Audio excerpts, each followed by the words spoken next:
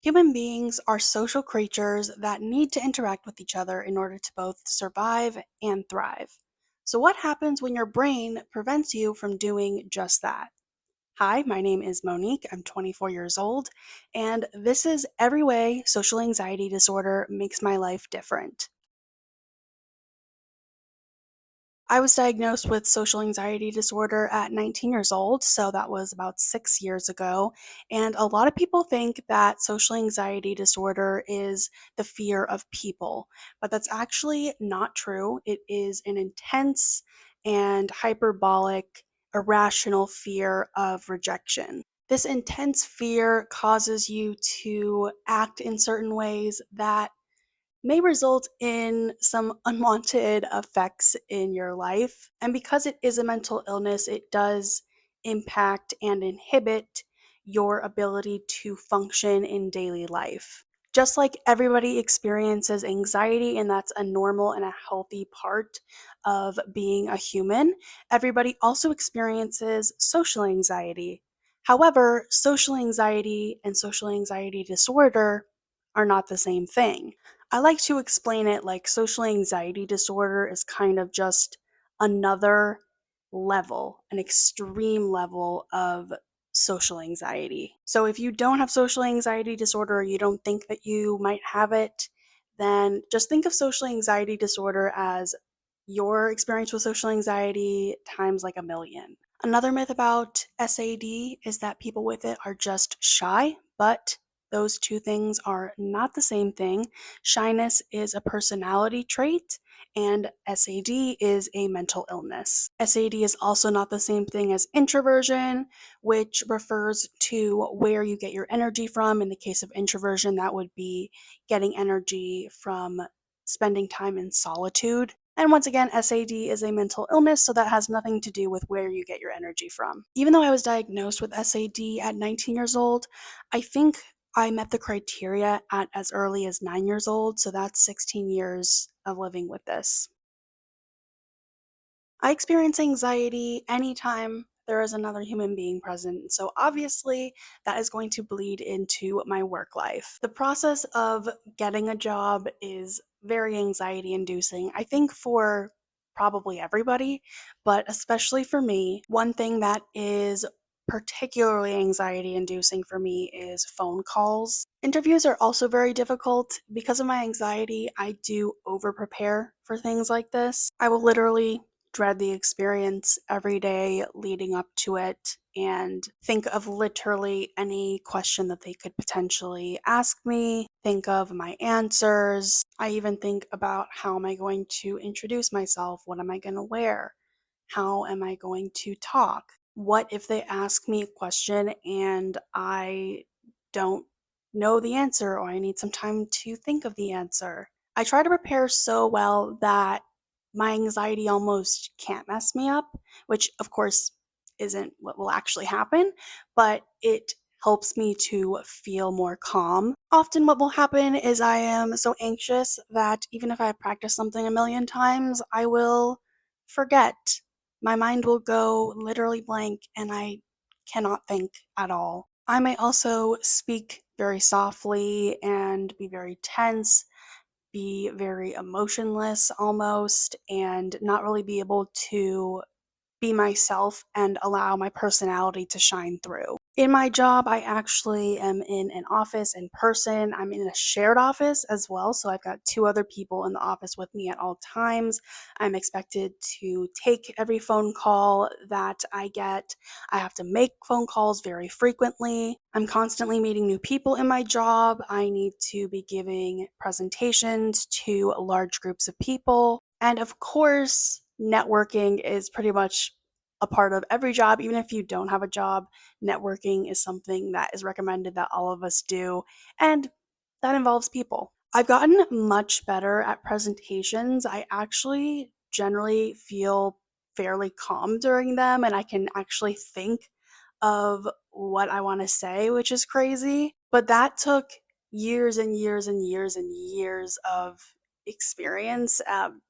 And it really has only happened within the past 2 to 3 years that I can do this. Similarly to interviews, I would have to over prepare for phone calls and think of how the entire conversation was going to go and even write myself a script that I could read off of since I could not think on the spot.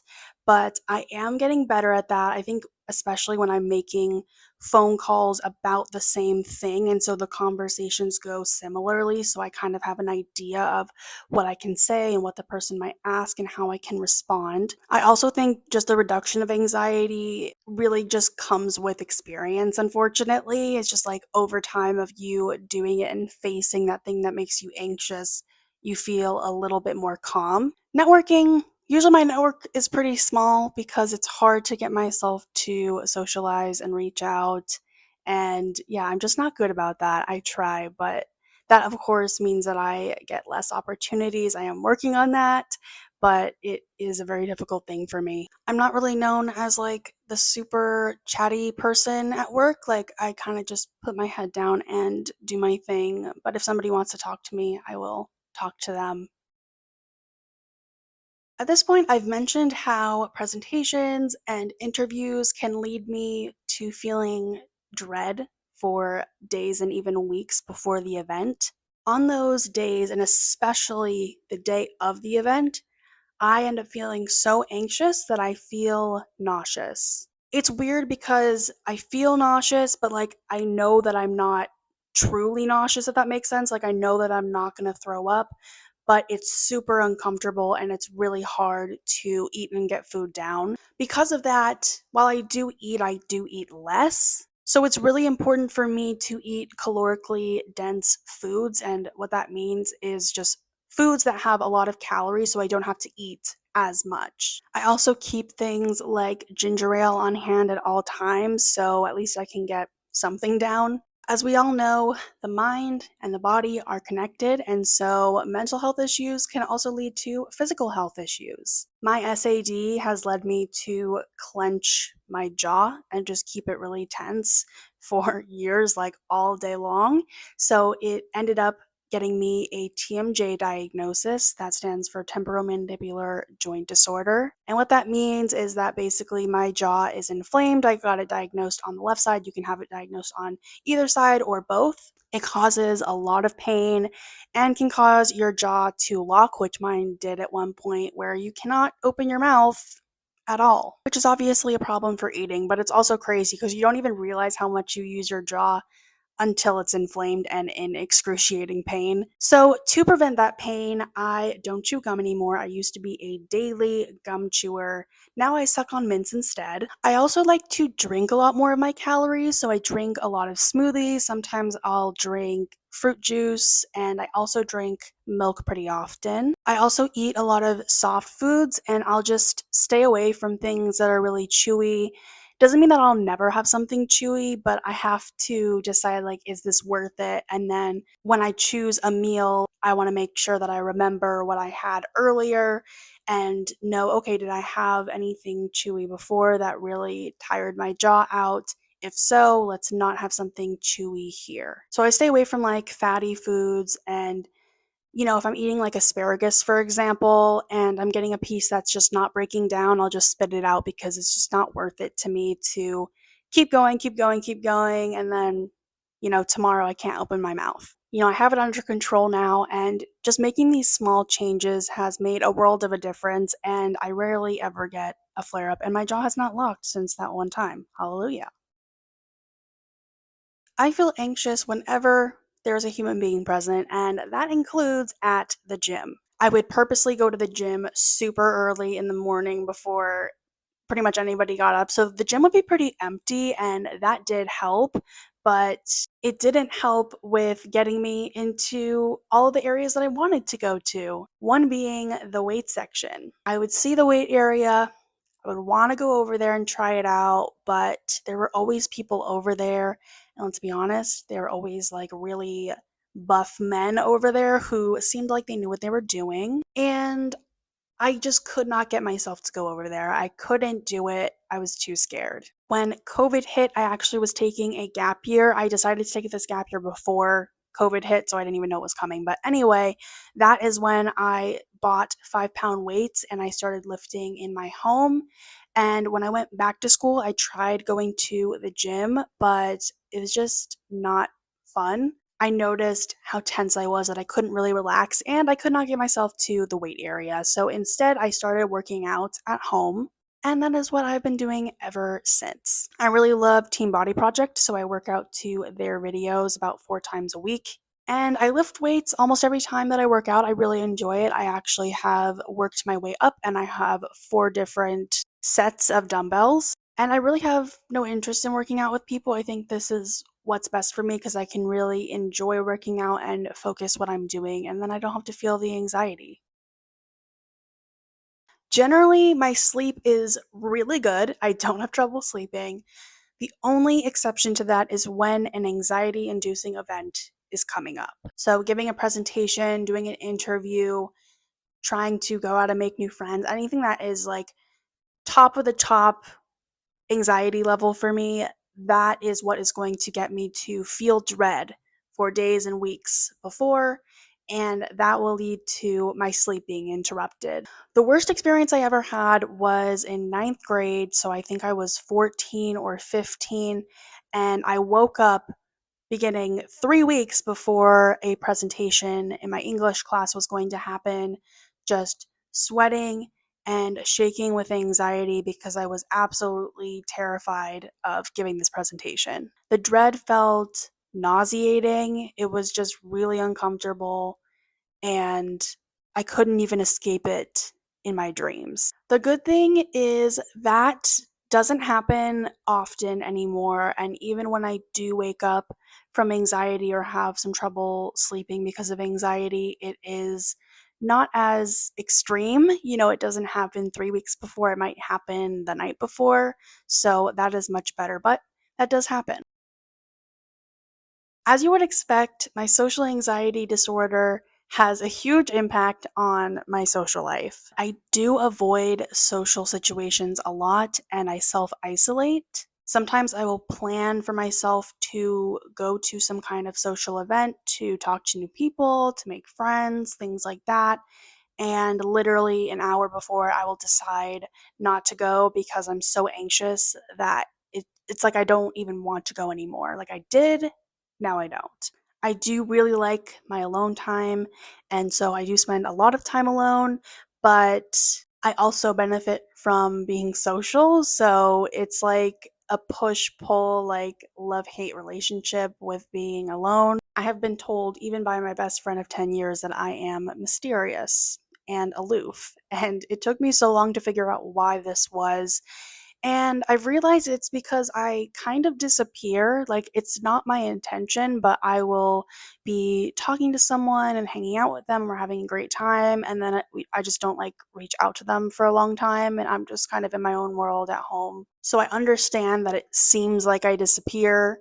But I guess in my head, I'm like, okay, I was social and now I can be alone for a while and I don't need social interaction for a while, so I'm just gonna chill. But other people are more social, so they're like, "Where'd she go? Like, is she mad? Like, what's going on?" When I am actually engaging in social situations, obviously I've had things happen like my mind goes blank and I don't know what to say, or I'm screaming at myself to say something and I can't get myself to say it. But I think one of the biggest impacts on my social life is my inability to control my facial expressions and my vocal tone. When I'm really anxious, and social situations obviously give me a lot of anxiety, I feel super tense. And because of that, my face goes very, like, I don't want to say expressionless, but I don't know, almost like blank, like kind of like a resting, whatever your resting face looks like, right? It's like in resting mode, and I can't move it from the resting mode. And my voice is similar where I can't really move it a lot. Like I can't talk really high or talk really low, or the way that I would talk normally, where your pitch just kind of moves and it might go with how you're feeling, right? Like your feelings kind of come out in your voice. But I have a hard time doing that because of my anxiety. It makes my voice kind of monotone. So sometimes what I'm talking about and what I'm feeling it's not really matching my facial expressions and my voice. And that can make it hard to connect with people and get people to understand how I'm actually feeling. Dating is another part of social life, and that has been virtually non existent for me. Granted, my SAD has developed as a result of childhood trauma, and so I was traumatized actively throughout my entire childhood, including in high school. So I was not at all in a headspace to be dating anybody. Even now, I have dated one person and gone on one date with a second person, so that is the extent of my relationship experience. When I like someone, I get really anxious. Like, that's one of the most anxiety inducing things for me, which is why I have just avoided it like the plague. I see someone I like, and I'm like, okay, great, I'm going that way. And then we never interact or anything. So, yeah. It's like one thing at a time. You got to start with the things that are less anxiety inducing and work up to those things that are really anxiety inducing. And that is something that is at the top for me. So it's probably going to be a while until we get more into that. It's not my priority right now. So that's kind of that. Running errands is a very strategic thing for me. I purposely go really early to the grocery store on a weekday because that is the least busy time in my experience. I'm very motivated to get out the door early because I know that if I do not, then either I'm going to get stuck during a busy period, which makes me really anxious and makes it so I can't get through the store very quickly, or two, I'm just gonna have to go on a different day because that's the other thing too is if I miss my window that I've created in my head, then I just won't go and I will have to wait a week because I do work. Or if I'm available on another weekday, then I will go on another weekday. When I actually get to the store, I want to get in and out. I do not want to be there for a long time. I want to do my thing, get my stuff. I always have a list when I go. I know the store very well, and that's another reason why I like the store to be fairly empty because then I can move through the aisles quicker. There's less people to block up the aisle. There's less like kids there running around, which you have to be careful for because they don't watch when you're coming around the corner or anything like that. And then it's easier for me to get to a self checkout. There's going to be more available. I don't have to rush as much, although I still like to rush so I can just get out of there. And then if I have to go to any other stores, I can do that as well and it won't be as busy. As an adult, you have to make a lot of phone calls, and I procrastinate. I'm not a procrastinator except with phone calls, and most of the time they turn out fine, but it still gives me anxiety, so I just avoid it. I got this printer in January of 2022, and the first time I set it up and I tried to use it, it was telling me that it was out of paper, but there was paper in there, so it wasn't letting me print because it thought that there was no paper to print on. And it took me a year and a half to actually make the phone call. And actually, I didn't even end up having to make the phone call because I turned it on and it worked. I actually would do it the hard way, the long way, and I would like print stuff at work, or my apartment complex has a business center where I can print stuff, so I would print stuff there, which just takes more time and energy than printing it on my own printer. But I did not want to make this phone call, so it literally took a year and a half, and now it works. Just an example of how my SAD affects my everyday life. Another thing is my home. I find that when there is clutter out here, there's clutter in here. So I keep my home very clean and organized. And yes, some little piles of things build up, or I have chronic fatigue syndrome. So sometimes I skip or delay cleaning certain things that I have on my schedule. Sometimes things don't get done, they get pushed. But I always feel much better, much more relaxed when these things finally get done. I also think I take kind of a minimalist decor approach because, once again, less clutter out here, less clutter in here. This is especially important in my bedroom. I actually keep my walls pretty bland. The two walls that you can see behind me are the most decorated in my room. The rest of it is pretty boring looking, and that's on purpose because it just allows me to relax more since obviously I sleep in here and I want to be relaxed. I remember when I was staying with my grandparents for my gap year, I had these affirmations and positive sayings and quotes all over the wall. And about halfway through the year, I was feeling stressed. So I was like, okay, let me just take these down, see what happens. And I'm telling you, the instant I took all that stuff off of the wall, I literally felt my body relax, release. Like I wasn't tense anymore. And so that's taught me that I need to just have no words on the wall or very minimal words on the wall, especially in my bedroom. Minimal colors as well, nothing too bright. My SID has influenced my interior design style and just in general how I decorate and keep up with my home. I have tried therapy for my social anxiety disorder many times. I've had many different individual therapists. We've tried cognitive behavioral therapy.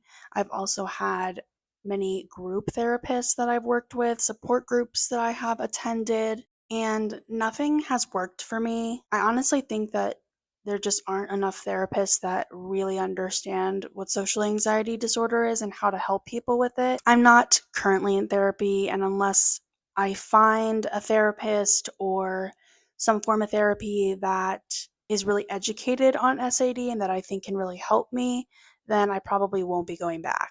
You may have heard that anxiety and depression are kind of known as sisters, and that is because usually if you have an anxiety disorder, you end up developing depression as well, and vice versa.